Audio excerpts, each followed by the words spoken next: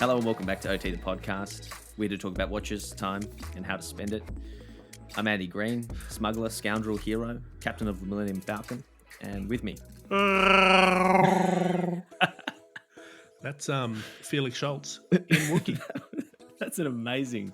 Do you know? Chewbacca. You probably didn't realize in that little Star Wars setup that is one of my very great minor life skills is being able to do a Wookiee fairly I well. thought I was going to completely just throw you off. No, but man. No, that's. I mean, that the was problem good. is Disney are now suing us. I don't know where to go to from that, so I'm What just do we gonna. do? He's done it again. No. I've got it. I've got the perfect segue. We just got to cut to the chase. And what is the chase? Chase from Oak and Oscar. He's our guest today. And before we talk about this interview, I think, which is a little different than most, I want to talk about the watch that he dropped a couple of days ago. Fresh drop. Yeah, the Olmsted Matte. So you're familiar with the Olmsted, Andy Green? I am. I believe it's made an appearance in a very early watch matchmaker. Mm-hmm. Yeah, it's a sort of a field watch, but time only, very clean, 38 mil. Good size. Yeah, sandwich style, which is a nice touch, especially at the sort of competitive pricing that Oak and Oscar play at. But the real talking point of this release is the fact that it's been given a matte ceramic coating, which I think is a little bit unusual compared to the usual physical vapor deposition treatments given to black watches. And I'll be very interested in seeing one IRL, but we'll have to see if that happens. Very cool. Congratulations, Chase, on the release. We do talk about it a little bit in the interview, which, as you said, is quite different. It's not the standard OT guest appearance. We went in very focused, and we wanted to hear from a guy who started a watch brand 5 years ago, how he did it. You see YouTube ads every other day for a new brand that's disrupting the luxury industry and all that sort of thing. You see Kickstarters. We get a heap of emails around Kickstarters and Indiegogos and that sort of thing. And we wanted to get to the bottom of it because he's 5 years ago he started it. It's a very real business. It's a very big business now for him. But when we met for the first time, which was 2015, when he was launching the brand, it was a pretty big leap for him. Like he had a really good and secure job. So we talk about leaving, that 9 to 5 security when you have kids and a mortgage and family to support, and throwing several $100,000 into an idea that you have, and then continuing on with that momentum, which is the other thing I find really interesting. So don't expect the normal, broad chat or discussion that we might normally have with a guest. Expect a really interesting and structured discussion from a guy who's done it and collaborated with really big brands now and just goes from strength to strength. Do you know what my maybe biggest takeaway from it was, though? What? The business side of it and the brand building side I find fascinating. But what I was most impressed by was how serious Chase took the last question we asked, which is that I would like to recommend you something. Most people just go, "Oh, I've been watching, the Gilmore Girls on Netflix." Chase did not. Chase went deep. He went, he started getting real serious real quick about his topic of interest. But he did. He really he didn't want to recommend something that he couldn't get behind. yeah, which he took it seriously. He was like, "Oof." So I think that's commendable, and I think that sort of that passion is obviously what has built Oak and Oscar into the brand that it is. But yeah, I think, well, my co-pilot, while we go restore freedom to the galaxy, we need to take a break. I've got to fix the hyperspace drive. This week's show is sponsored by Gucci, and today we're talking about all things Gucci grip. Exactly, Andy. We've been spending a little bit of time with some key grip models, and before we get down to the details, I thought we could do with a dash of backstory. The grip was launched in 2019 and was designed by Gucci creative director Alessandro Michele and is very much in keeping with his 70s-inspired direction for the brand. The grip has been inspired by the early days of skating. The name comes from grip tape that was used to keep skaters on their boards. Skater's going to skate. Grip tape, gonna grip. Yeah, so now the grip has quickly grown into a fully fledged family. There's colors, there's complications, and there's even collaborations with none other than Mickey Mouse. Mr. Mouse himself. The other really interesting thing about the grip is that it was conceived as a gender neutral watch design. It's sort of a cushion shaped watch with a very non conventional dial display and layout. The first one had a little date at 6 and two gauge like displays above showing the hours and the minutes. Now, there's quite a few options and they all still have the grip look, which makes for a really cohesive collection. And I've got a quick question for you. Do you think the grip is retro or futuristic? I have a quick answer both. Alrighty then. Now, Andy, you've been rocking both the 35mm gold model and the 38mm grey PVD. What do you think of them on the wrist? I have, not at the same time. Hmm. But like we said, they're a genderless watch, and that comes down to the core, size, and design. They feel good on, and the bracelet drapes really nicely. And like I said, at first glance, it feels super retro, and that's because of those obvious sort of 70s watch vibes, if you think around like the calculator vibes that came out then. But at the same time, the mechanical digital display feels really futuristic. If I had to describe it, it's sort of like rewatching Back to the Future and how they perceived the future to be. Mm-hmm. Anyway, for, if that makes sense, for the yellow gold PVD 35 millimeters, that's the smaller watch. It's a slimmer look, but I am on the small watch bandwagon and I think I can pull it off. I think it would look really well dressed up, navy suit, maybe a sports coat, or dressed down, in a more casual setting with like denim and a tee. Either way, I really liked rocking the sort of, gold look with the streamlined design. Now, as for the PVD in 38 millimeters, so the grey case, again, same design. So the three black discs indicating hour, minute, and the date. The grey PVD is also on the bracelet, as is, the interlocking Gucci G logo. Naturally, it's a more low key take on the grip. It wears exactly the same, really snug, but it's got the stealthy looks to it. That's great, Andy.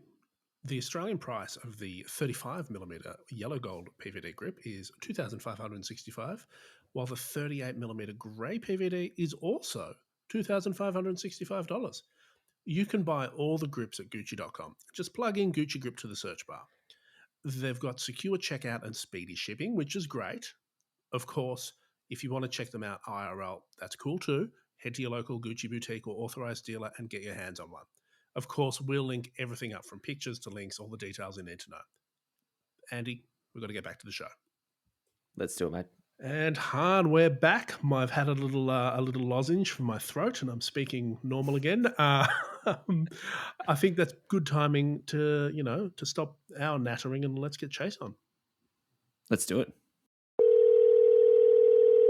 We've got a guest who's done something that I think a lot of listeners have thought about and would be very envious of Sure. after years of working at PwC with business management degree and background.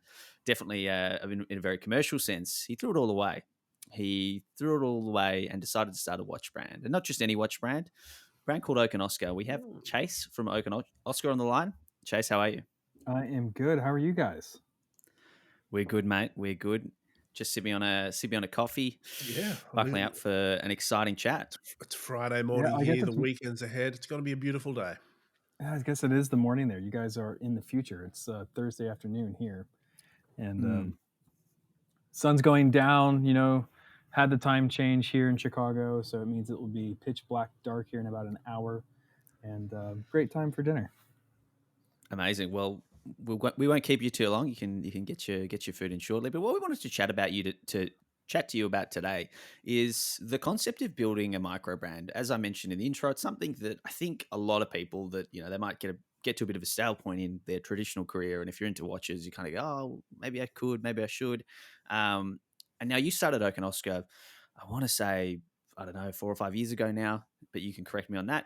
And it's a micro brand, but it's grown into a really solid business for you. Obviously, you were able to leave and go full time and focus on that. You've now got, staff and partners and premises. And, I think you're up to maybe your 5th or 6th release. But can you tell us where the idea came from to actually start Oak and Oscar? Sure.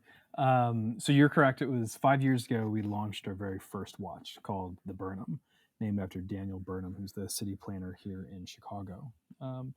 And truthfully, like, depending upon how many drinks I've had in me, this answer gets a little bit more honest. But I started Oak and Oscar, or maybe not more to the point. I started Oak and Oscar, frankly, because I just wasn't happy with my day job. Great Hmm. company, great teammates, fantastic projects, but it was not something that really got me up in the morning. I was like, oh yeah, I'm real excited today to go do real estate consulting. And there's nothing wrong with it by any means. It just wasn't something that got me going. I've always loved watches. I've always loved the idea of entrepreneurship, and so I knew I wanted to kind of combine them somehow.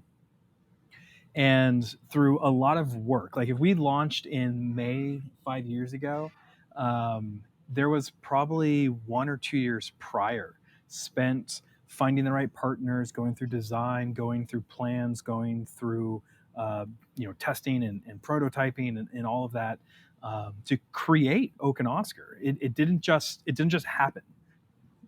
It's a long process that you had to put a lot of good thought into it. And then finally in May of I guess 2015, I think it was, I Hmm. I was like, let's just do it. It was time. It was ready. It was the launch of the watch, and oh man, it's been crazy ever since. So Chase, something that is relatable for Andy and I, having recently sort of, certainly not a watch brand, but built our own brand at the start of this year. The thing that we sort of struggled with was that nuts and bolts of coming up with a brand identity and working out, the watch space is a really crowded one. So how did you, if you knew you wanted to start a watch brand, you're into watches, how did you sort of refine that? Like even coming up with the name and what it looked like and what it stood for, all that sort of unique selling point stuff about the Oak and Oscar. For sure. It has to be, and I'm sure you guys have experienced this too. It has to be something that you care about. It has to be something that you're passionate about. You need to create a brand, whatever it may be. You could be selling widgets, I don't care, but you need to create a brand that you care about. And for me, I knew that had to be something that was personal. I was going from this corporate consulting job, working a ton of hours without really any good work life balance, and I knew I had to make that change. And so Oak and Oscar, the watch company, became very personal to me. I mean, that's kind of how the name even came about. Oak is because of my love of bourbon, and Oscar is actually my Hmm. dog's name. And part of our profits go to a local dog shelter here in Chicago. So for me, it's all very personal. It's my love of bourbon. I get to support dogs, hang out with my dog more often, hang out with my family more often, and I get to play with watches. It's kind of perfect. Um, and to go and to strive and to make it work, you've got to make sure that you're keeping things. And I know this is kind of a buzzword, and I hate it. I hate the idea of that, but you've got to be authentic. You have to be genuine. You have to literally do things that are important to you and stuff that you believe in. And I think other folks will see that passion. I think the other folks will say, like, yeah, I get it. Uh, and that design, the brand, the ethos, the whatever it may be that you're trying to do, it comes through and people can connect to it. If you are just, you know, picking up a design and making some sort of an homage and saying like, cool, like, yeah, that looks good. I can sell, however many units of those, make this kind of a profit.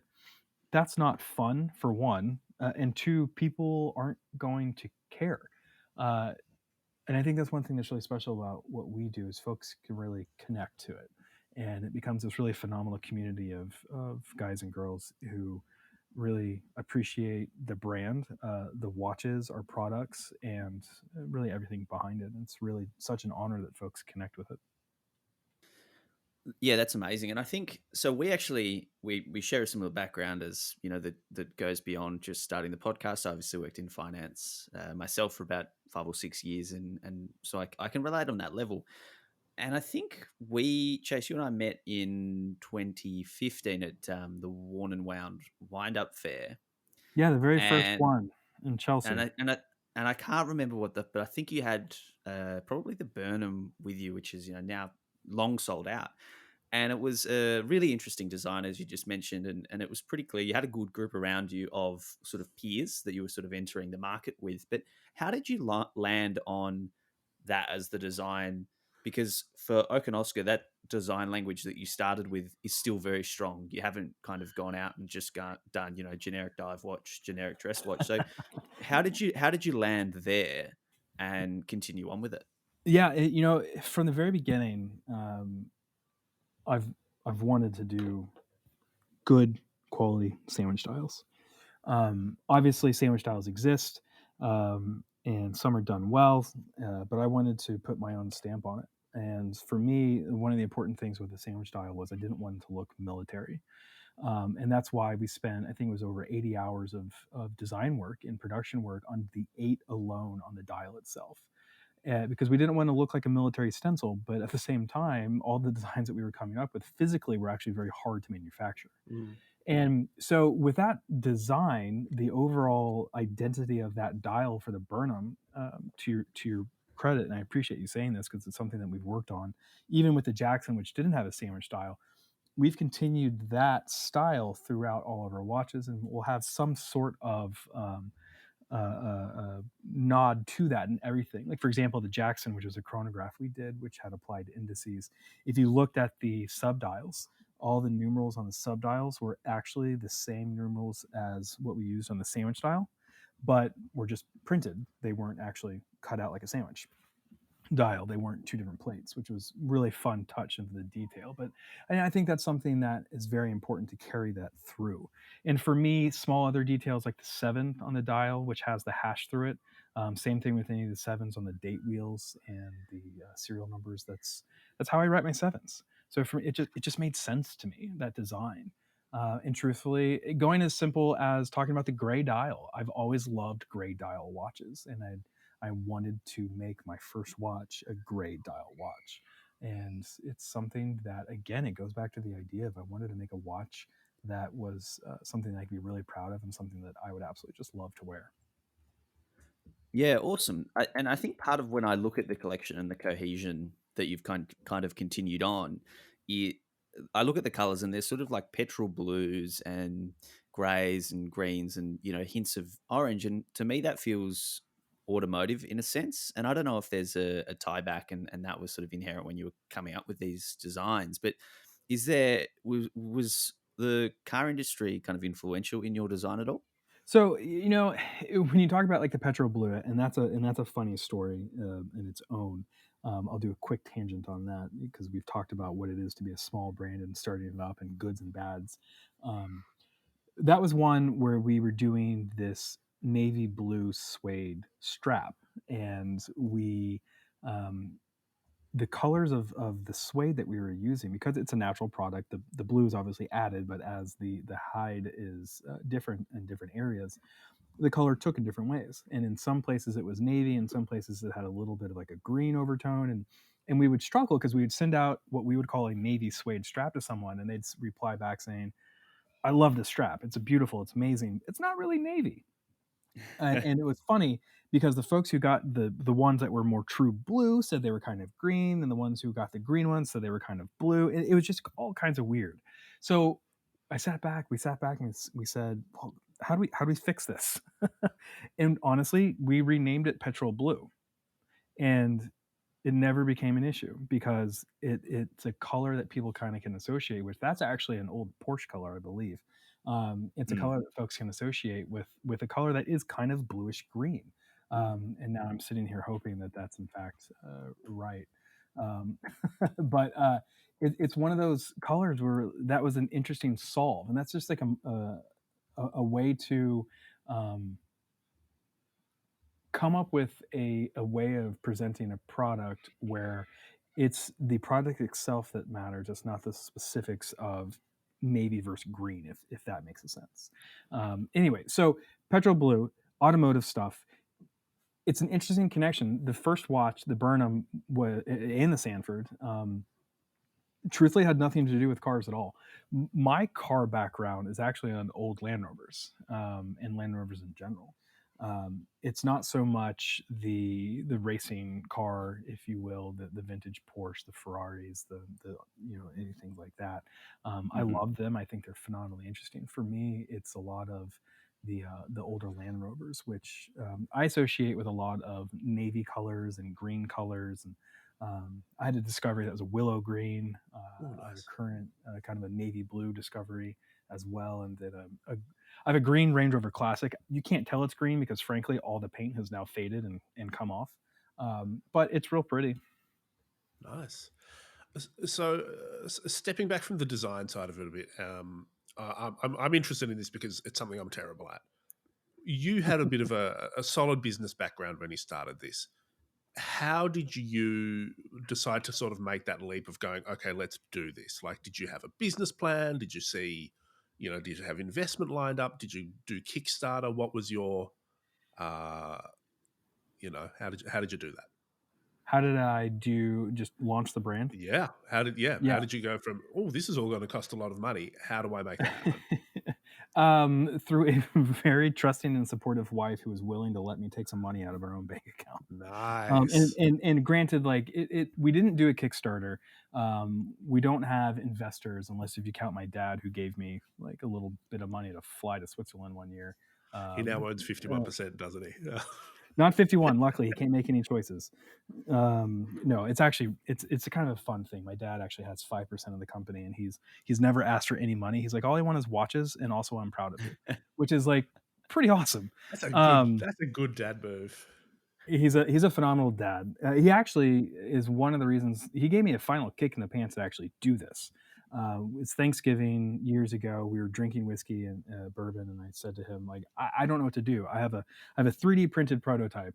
I'm at a place now where I need to either like spend a lot of money at the factories and go for it, or I need to say that was a fun pipe dream. I'm going to go back to my Excel sheets in the accounting world. And I was asking his advice, and he'd said to me, well, what would you tell your future kids? Which I think is just the best advice in the world, because I can't ever see myself saying to my kids, who now are no longer future but are actually here, um, you know what? Stick with the desk job. It's safe. Be good with that. I couldn't imagine telling them that. And so the clear answer was go for it. Try it. See what happens. And that was the final kick in the pants for me to actually do that. So he's been a good champion of myself and Oak and Oscar. But to get back to your question, we didn't launch in Kickstarter. I don't think that fits well with our brand.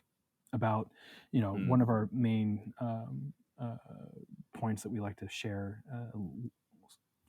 I don't want to call it a slogan per se, but it's something that we live by. Is make no little plans, which is a quote from Daniel Burnham. The whole quote is make no little plans, for they have no magic to stir men's blood. With the idea of like dream big.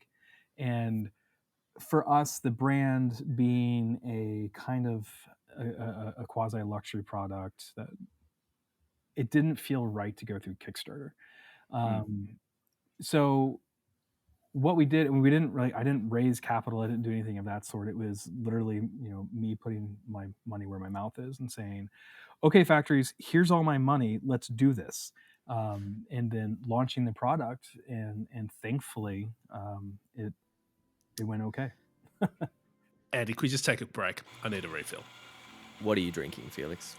It's your classic filter roast from our new coffee sponsor, Inglewood Coffee Roasters. Beverage sponsor, Felix, we have made it. I've got a cheeky Yirgacheffe filter on the go at the moment. Ethiopian bean with some light floral notes. It's my daily, and I can't get enough. Well, Felix, I'm actually punching out another double espresso using their Colombian Spirit of Peace espresso roast blend. It's sweet and biscuity. So here's the deal. Use OT30, that's OT30, for 30% off your order at checkout. On top of that, Inglewood Coffee Roasters offer free shipping on all Victorian orders and Australia-wide when you spend more than $50. Head to inglewoodcoffeeroasters.com.au to place an order today. We'll link that up. OT the podcast, fueled by Inglewood Coffee Roasters. Let's get back to it. Without going into the exact specifics, I'm really curious, because this is something again that we weighed up when we launched this, but everyone's thought about. How much time did you invest up until that point? Because obviously, as an accountant who's probably or someone working at PwC who's billing by every 6 minutes, that is something you're very aware of. So how much time goes into that? And then you talk about investment, but if you could sort of ballpark, like, what was the risk? Like, because I think there's a lot of respect to be had for what you've just said, and it's there's assumption that you can go down the Kickstarter path and it's pretty low risk, but what you've done is sort of the opposite. So what was the risk? Like, what did it mean to you to kind of take this chance? Yeah, I'll answer that second question first without getting too specifics on anything. But like, the risk is not being able to pay your mortgage. The risk is not being able to pay groceries, right? It's not Yep. like we're sitting on a bunch of cash and like whatever. That couple $100,000 won't hurt us. Mm. No, it's the risk is significant. The risk is So I guess, to interrupt, it's several $100,000 of capital being put in, which is huge. But it's also I'm stepping away from the 9 to 5 career. for sure, Uh, and that's just as big. The yeah. idea of knowing that you no longer have, here in America, bigger deal than other places, health insurance. Mm. Certainly not having that steady paycheck by any means, and it was a major risk looking at the world of money you actually have to spend, but then also Hmm. opportunity cost of everything else that you're choosing not to do. Not You're choosing not to go forward with your career where you're at. Like, I did commercial real estate consulting, and there was a great career path with that.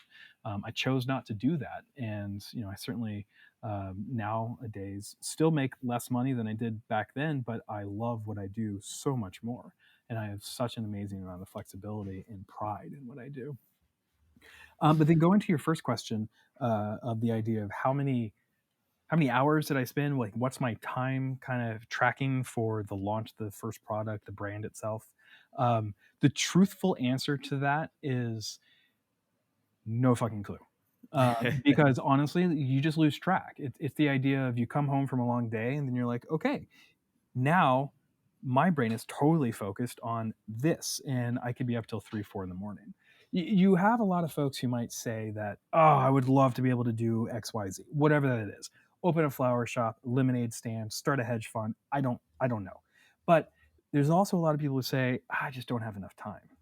um, and I personally think that that's just kind of an excuse, because no Mm. matter what, you'll make enough time. Even if it means you don't get any sleep, you'll make enough time. If it's something that you love and you're passionate about, you'll find the time. It's the same I thing love with that. girls, man. Like, oh, I just, I don't have enough time. I got so much on my plate, so many classes. Like, fuck that. She doesn't like you. Excuses. I love that. Was there a point, again, being a commercially savvy guy, was there a point that you gave yourself, or that maybe you and your wife decided, of like, here's my timeline for success. If I don't sell this many units by this point in time, I'll go back to the 9 to 5 grind.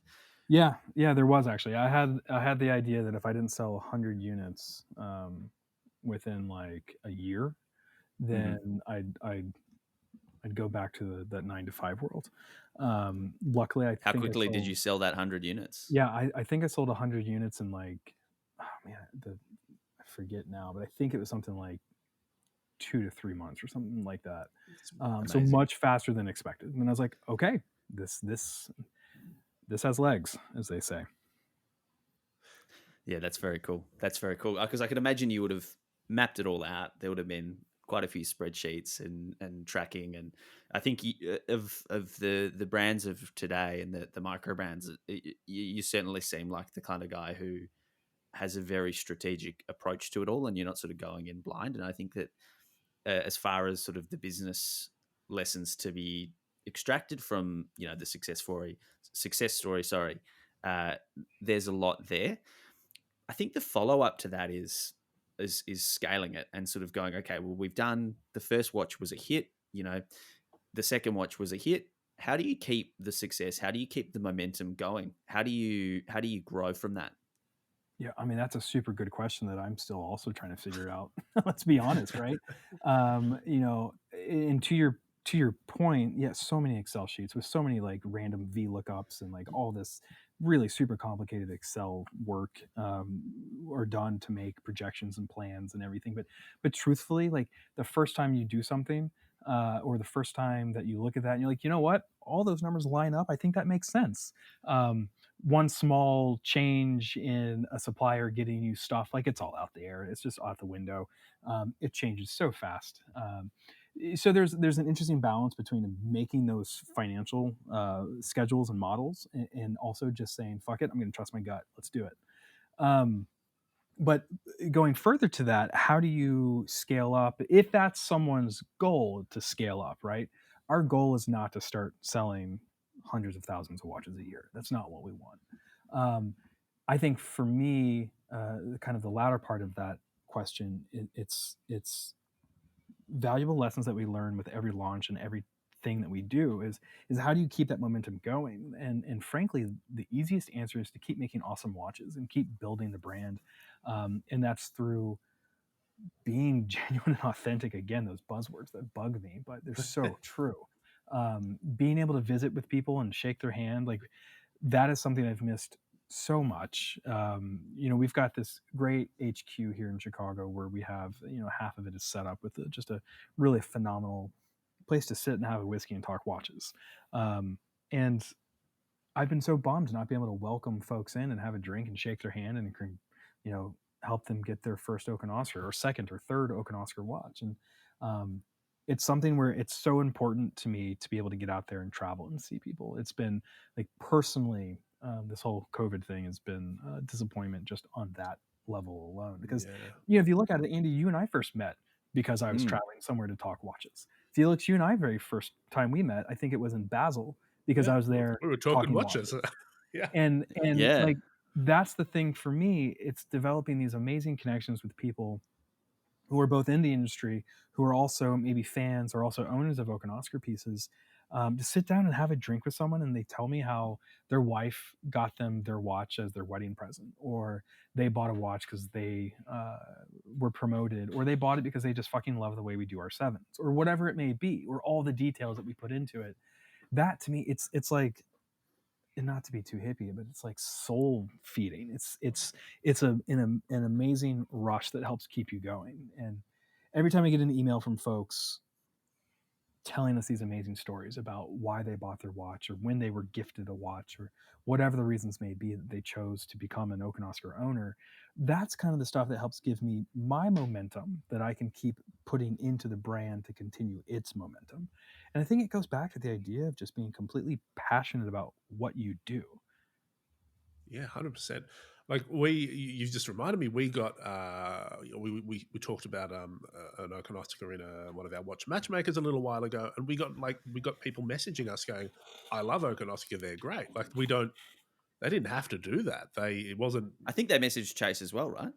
Yeah, a lot of times I find out when things are posted online from different whatever sources, or even hell, I mean Reddit, stuff like that, because people will email me saying, "Hey, I just saw this," and like that's such a phenomenal thing to me. And I don't think that is necessarily unique, but what has been really unique is that folks, just like what you said, will reach out to the person who's put that content out and also share their opinion. And I think that that's just awesome. I think people are really kind of, And it's frankly, kind of uncommon these days. Like, it's pretty. We're in a pretty disposable sort of content world. How often do you read a list of 7 great dress watches and go, I'm gonna reach out to that brand that was featured if there's no sort of personal investment and you don't believe in it. It's really so true. It's a testament to something you've Making people care. Yeah, but I appreciate that, guys. I really do. and it's sort of what you've been saying has reminded me of that quote that you sort of mentioned where I can't remember the precise wording, but it's like dream big and looking from the outside into what you do. I definitely can see how that works for you, because some micro brands, you definitely get the sense that they're just they're doing it for a laugh, or they're doing it because it's their passion, or they're doing it to make a quick buck. Whereas with Oak and Oscar, it looks like if you sort of moved Oak and Oscar from Chicago to Switzerland and put in more executives, your structure could be a Richemont brand in some ways. Like you've got Yeah, but you a find out we'd lose the soul, man. yeah. I'm not saying that, we but we you've got wouldn't have like the vibe because I don't think they're allowed to have as many bottles of whiskey in their office as I do in mine. well, Depends on the brand. yeah. It's if That's true. No, it's the but to your point, LVMH like group ones. I really appreciate that a lot because what I'm striving to do is create something that is around for years and years and years and years. When folks tell me they buy a watch and they want to give it to their kid when they're older, like that gets me, right? Because I'm a dad, I've got 2 boys, and holy crap, one day they're gonna wear my watches. Like that's nuts. I mean, I should say I hope they like watches. If not, I failed them. They'll either But love them or they'll hate them. yeah, God, that's true. You're right. But like, for example, we've just hired a in-house watchmaker who's Nathan, who I think folks have probably heard about by now. Mm. He is a phenomenal watchmaker from the world's training of Rolex, and he's worked on some fantastic pieces in his life. And he is a person who, I'm excited to have brought on, not only because he's a pretty nice guy, but also he's a sign that we're showing to folks that we really care about the world of horology, and we're not just here to case up stuff. Like, we're here to talk to you about service. We're here to talk to you and nerd out about gears and balance wheels and movements, and we're building something for the future. And certainly not a quick buck kind of thing. And I'd love to meet the people who are starting small brands to make a quick buck, because I want to know how they do it. Um, I think Less for passion. us, well, yeah, and I think that's what it is. I think for us, it's about building something that's bigger than just selling watches. They're the people out there looking for an affordable dress watch with luxury aesthetics Yeah, and that serve you YouTube pre-roll ads. yeah, it's the one. They're the ones Mhm. cheaping out using stock. They're not the guys Uh, going, I really want my as 7 to look special. Yeah, I Yeah. think that is I really like that saying, Chase, casing up watches. I think that's quite funny and quite good. And I think you've mentioned it a little bit. And we're talking about community, and as Felix said, like we get people writing in and writing to brands and talking about sort of and hearing about us or giving us feedback. And you're right, it is really special, and it is nice to know that you have a product or a service that people enjoy. And I'm curious to hear, you know, how you build that community, and do you have really solid sort of repeat customers?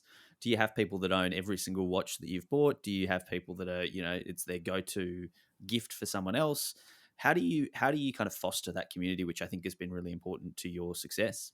Yeah, it's I mean, you hit the nail on the head with that one. It's extremely important to us because we have a phenomenal group of owners who, I mean, there's several folks out there who have pretty much every one of what we make, or they'll say to themselves, like, I think that's a great um, gift that I can give to someone, and it's a huge honor because they're sharing their passion for something that they love, and I think really simply the ability to create that kind of a connection is me just being genuine and like welcoming people into the world. Like, for example, every year except for this year, I think we've had 2 of them actually, so it's a newer thing, but each year we have an owners only weekend at the HQ here in Chicago, where um, last year in 2019 we did a whiskey tasting and barrel pick at Few, which is a local bourbon maker here in Chicago, Evanston area that I really like. And the owner let us into his private rick house, and we picked between 3 different barrels. We had about 25, 30 Oak and Oscar owners there, and bottled up the barrels, and we all left with a special Oak and Oscar whiskey barrel with our logo on it and everything. And then the next night we had a jazz band, barbecue, and just a general get together with I think 60 or 70 different people at the HQ. Um, and it's a creating a community, and it's a phenomenal thing where I see people who fly in from California, Texas, and East Coast as well, and they're shaking hands with people that like, oh, it's good to see you this year, and people are forming their own relationships within this community too, and Yeah. so much of that is also via social media, Instagram, stuff like that. It's a great medium to connect. um, I sent out an email earlier today, actually, with the launch of a new piece that I sent to my owners, and said to them the first half of the email was about how in the world today, like I've not been able to shake hands with people in the office. I've not been able to, travel and see folks. But oddly enough, I feel almost more connected with a lot of our owners, a lot of the community, because we've been doing uh, monthly virtual happy hours. It originally started as every Wednesday, and I think that just got tedious for everyone. But it's been great because I've had more time to email and text and chat and WhatsApp and really be able to spend more time with folks. And it's been really nice in a look for the bright side kind of way. Yeah, that's amazing, especially like to have that level of commitment and investment for a brand that's like 5 years old is really, really impressive. And I think that's sort of part of the secret sauce in a way. Another thing I think that you do really well, and I think that's really, I'd like to see how you manage it, is that media relationship side of things. Like, you're certainly very good at getting your stories and your products out there, beyond the people that are already believing in you, into like the big sites like Hodinkee and Worn and Wound and those guys. How important is that, and how do you do it? I I appreciate that. I don't necessarily feel like I have any greater success at doing that than others, um, and maybe it's me not knowing what other people go through to do that, to get articles published or anything like that. Because I know a lot of places are pay to play, and I don't pay to play, and I Mm. think that where folks like to talk about us, whether it be Hodinkee, Watch Time, or other global magazines as well, and online blogs. Um, I'm sure I'll get in trouble for not mentioning certain ones. Um, All our other Warner friends. Mind, of course. All of the people. It's like an acceptance speech here. I'm gonna get emails later, but no, truthfully, I think so much of it is because people really believe in what I'm doing and that I'm doing it the right way. Like, I actually sat down with Ben Clymer a little while ago, and we were talking, uh, and he was saying like one of the things that he really likes about Oak and Oscars is just generally me deciding I'm going to make some watches and I'm going to do it the right way. It's not a fluff story. It's not I don't want to use examples that may point to other brands by any means, Sure. because I'm not about that, but it's more the idea that I'm very genuinely just making cool watches, doing it the right way, caring about the horology behind it, not just saying, well, this is pretty, let's sell 1,000 widgets. And I think that a lot of Mm. people get that, they understand that. And I sat down with Logan Baker from Watch Time a couple of years ago, and it was a really interesting conversation because he was kind of talking about how, you know, myself and some other smaller brands could be kind of, a big part of future watches in the industry itself. And I think, to me, that's such an interesting idea that 10, 15, 20 years from now, it's going to be a completely different world. And it's going to be so interesting to see what brands are around, how it evolves. And I'm honored and very proud to be able to put my mark on the world of horology, and to be able to say that, I've done something in this market, in this industry, that is cool and that people have connected with. From everything from working with Wilson Sporting Goods, like Mm. how the hell did that happen? I don't really know. It was an amazing opportunity, and we made the world's only baseball inning tracker watch with Wilson Sporting Goods, this That's cool. billion-dollar company. Um, and we have our own baseball glove now. It's like what? That's fucking crazy. Yeah, that's As a that's kid like growing big up, brand stuff. I know these guys are.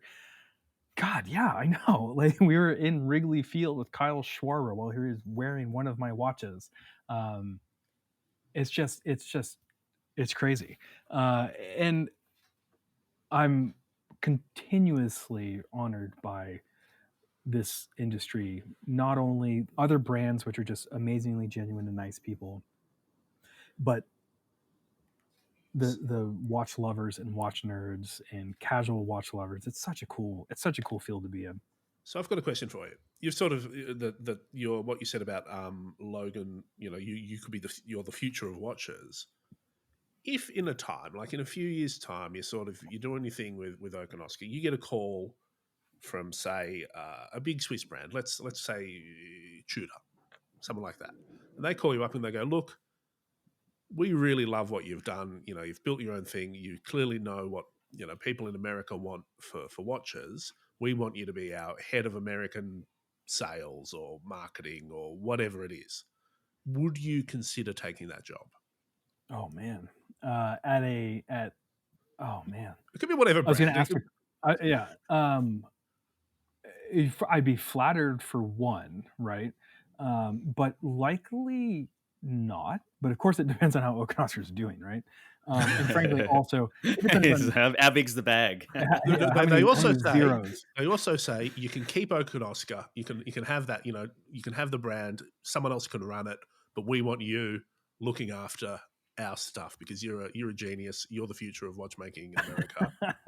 Here's So I get to as keep many Okanaska zeros at the as same it. time.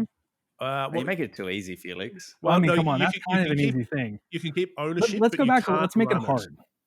Make it hard. You got to give it up. You have to sell Yeah, Okanaska. I think we should probably make it hard because Okay, you got to sell it to if your I get to dad. keep Okanaska, oh well, I mean, he doesn't know shit about what he'd be doing.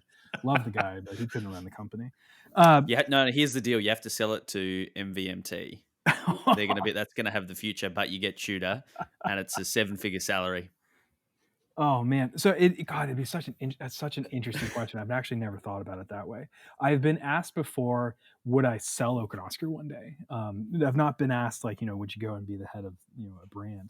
Um, and truthfully, if I did not create Okanaska one day to sell it, but if someone were to come to me and offer me stupid money and then still allowed me to be like head of it, um, I would certainly consider it. I'd be stupid not to, but it would have to be completely on my terms. And I think if someone liked Okanaska enough and wanted to invest stupid money into it, they would have to understand that I'm an important part of it, and they would get it, and they would probably say yes, and I'd buy a yacht. It'd be great.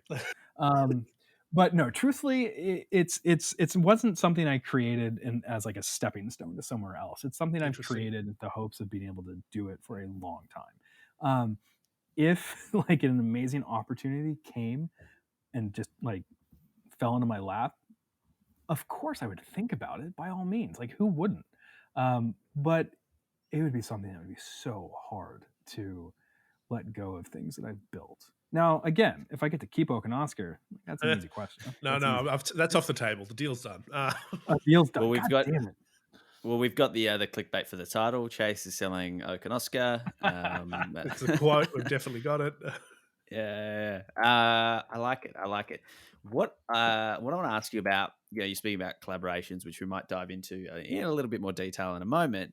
The importance of press and those relationships is something, but I think you're a guy who's had really good relationships with his peers and other brands, which other people might see as competitors. I think you've seen as support systems, and I think back to when I think Okanaska, I think back to the wind up fair, and I think back to sort of seeing your table and sort of seeing Jason from Halios, a couple of stalls down, and a few other brands, and the guys from Analog Shift back in the day, and Justin, I think it's Justin from Watch Stees, right? Mhm. And seeing this sort of supportive environment, has that allowed you and been something that sort of fostered success for sort of everyone, being sort of friends, not enemies?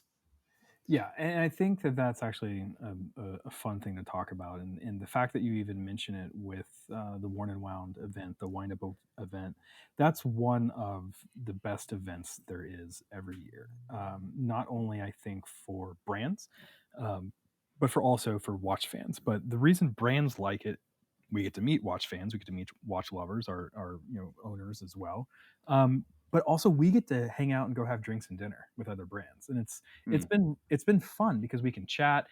I don't think anyone's like sharing like major secrets, but at the same time we are there kind of to support each other and to say, well, actually I know a good supplier who can help with this, or just in general it's kind of like we're all in this together, man. Let's we're not enemies here, and I think that's such a phenomenal thing where I know if I needed to, I could call and text multiple brands and say, "Hey guys, I've got a question," and people would help. And I love that, Yeah. and I hope that folks think that they can text and email me the same thing, and I think they can because that's happened numerous times, because we're all in this kind of together, and we're all just frankly kind of having fun with it. It's something that we actually did early in COVID. We created a online event for a whole bunch of other small micro brands and independent brands as well. We called it Independent Together. And it was something that was really fun. And we had, I think it was a total of 9 brands, including ourselves.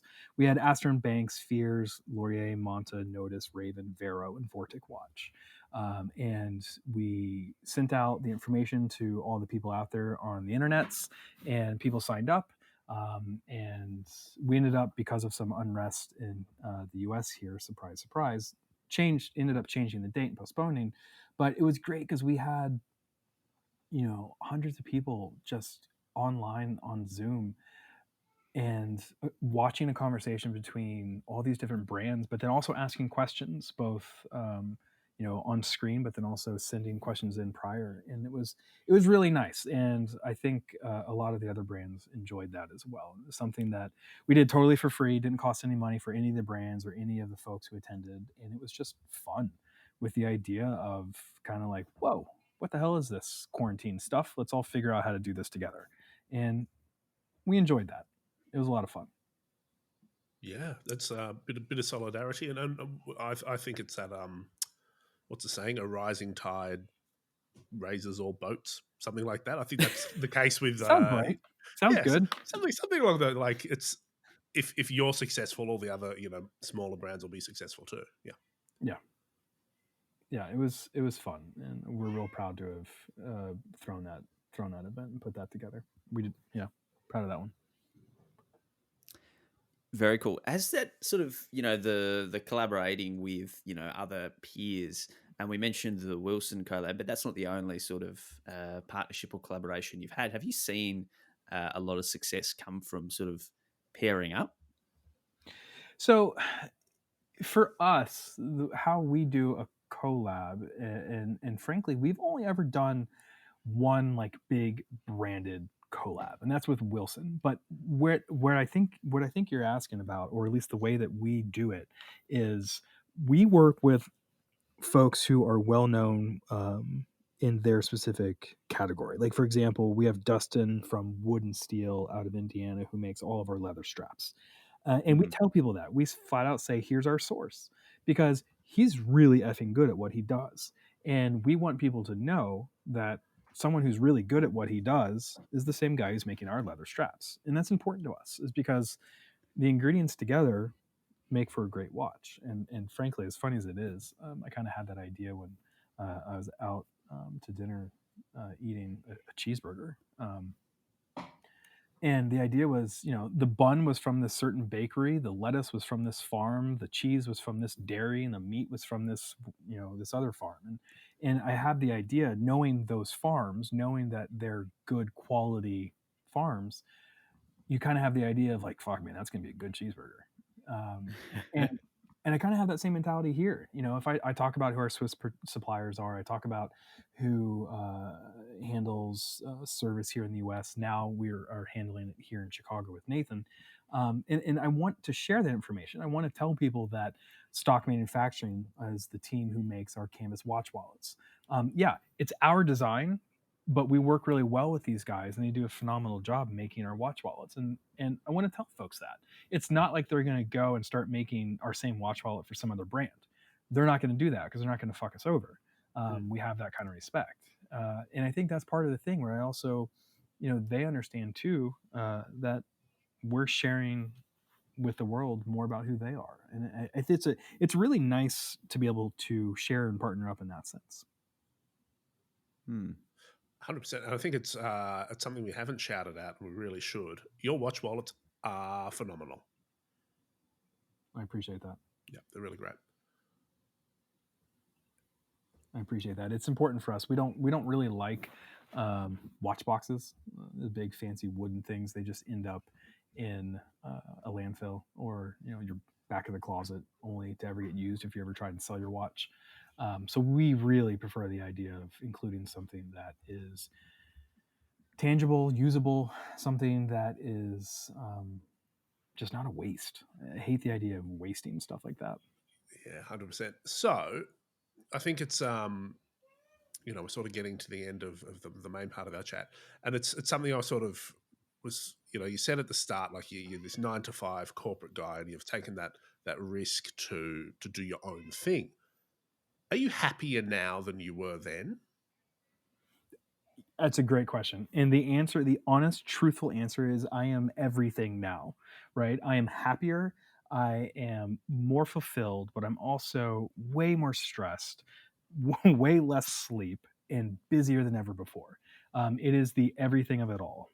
But truthfully, what I am without a doubt is I'm far more proud of what I do and what we've built here. And it's something that I wouldn't change all the late nights and early mornings and crazy stress and you have these moments that are just phenomenal. You have these moments that just remind you that what you're doing is the coolest thing in the world, and that's all worth it.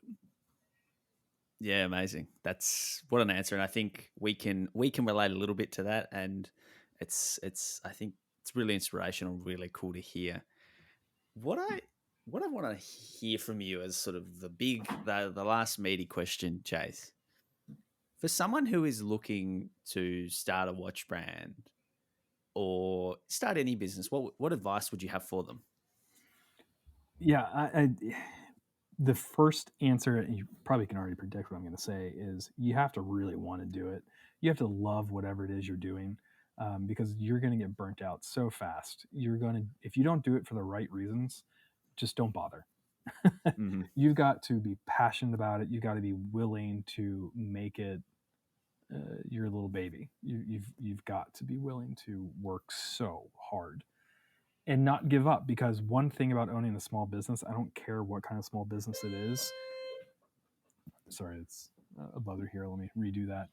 You know, I don't care what kind of business it is, but owning a small business, you're always going to deal with fires, and Hmm. you're gonna have to deal with it no matter what, and they're hard, and that's okay. But you have to be able to get back up and do it and fix it and figure out how to keep moving forward. It's important because it's not necessarily an easy day, and that's okay.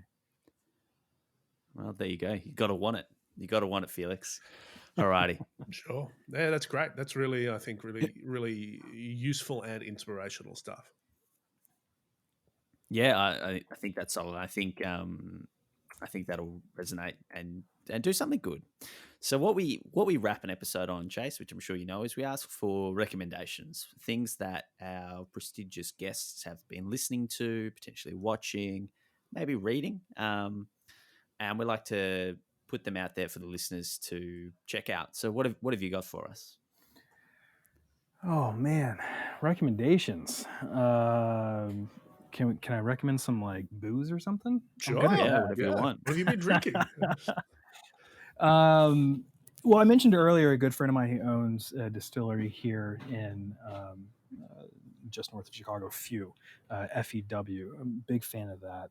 That's been really nice to drink during the COVID times. But man, that it's so easy to recommend so many good bourbons.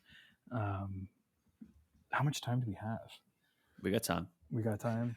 Yeah. So are you guys probably not too big in the bourbon world I was because going to you're down in say, Uh, Australia?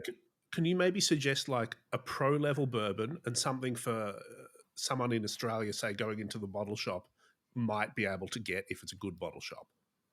So something with a bit of, Okay. you know what So I mean? actually, I have a friend. His name's Cameron, and there is a whiskey that he brought back from.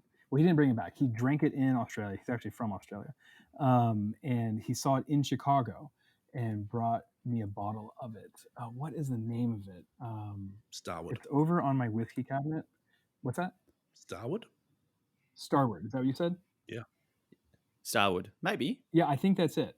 Oh, Um, that's Scotch whiskey though. well, I know, but I didn't say it was perfect bourbon. But I was going to go on to say that I've had it, and it's really not that bad for being, Scotch whiskey.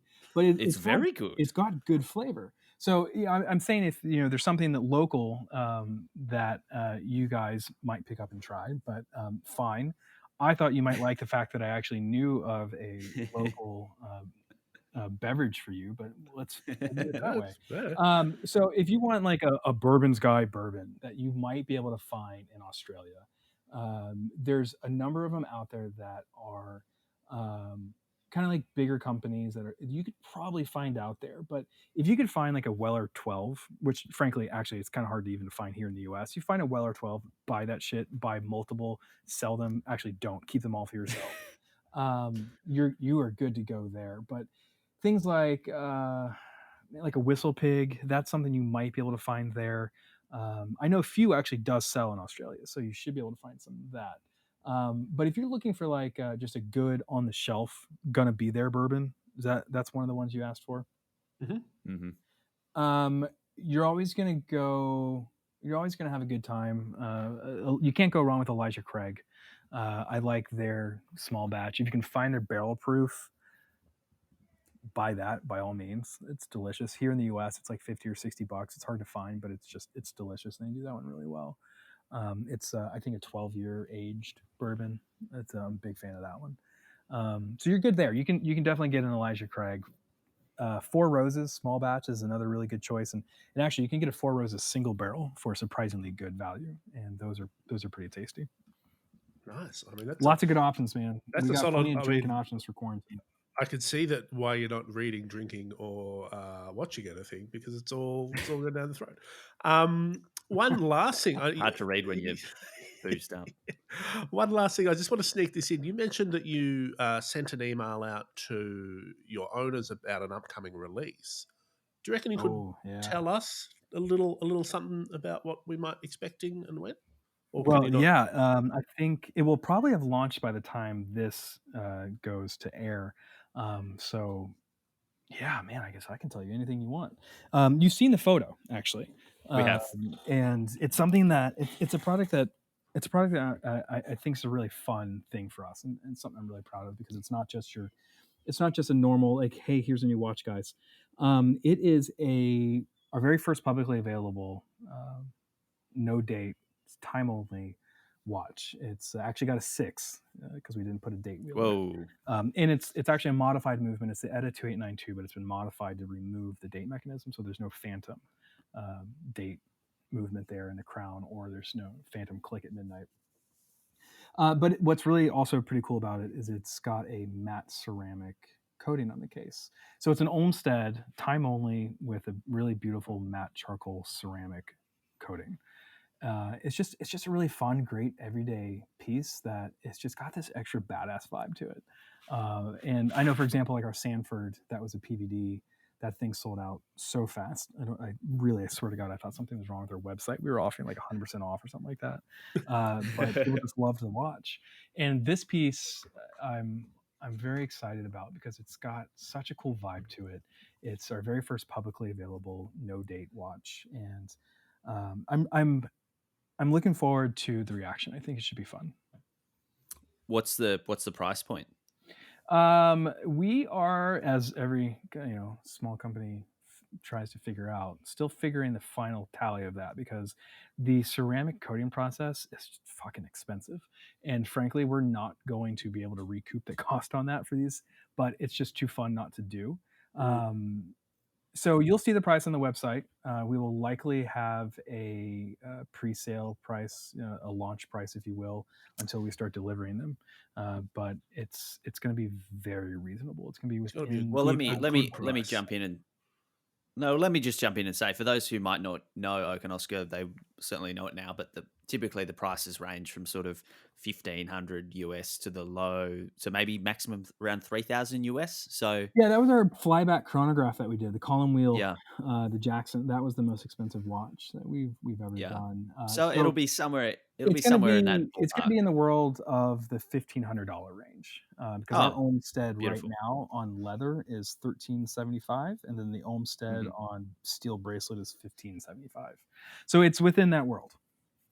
Yeah, Very perfect. fair. Okay, I think that's good enough for the people. And ceramic coating sounds very, very cool. Well, what a treat to finally get you on. Been a long time friend of Felix and myself, and it's really great to get this done.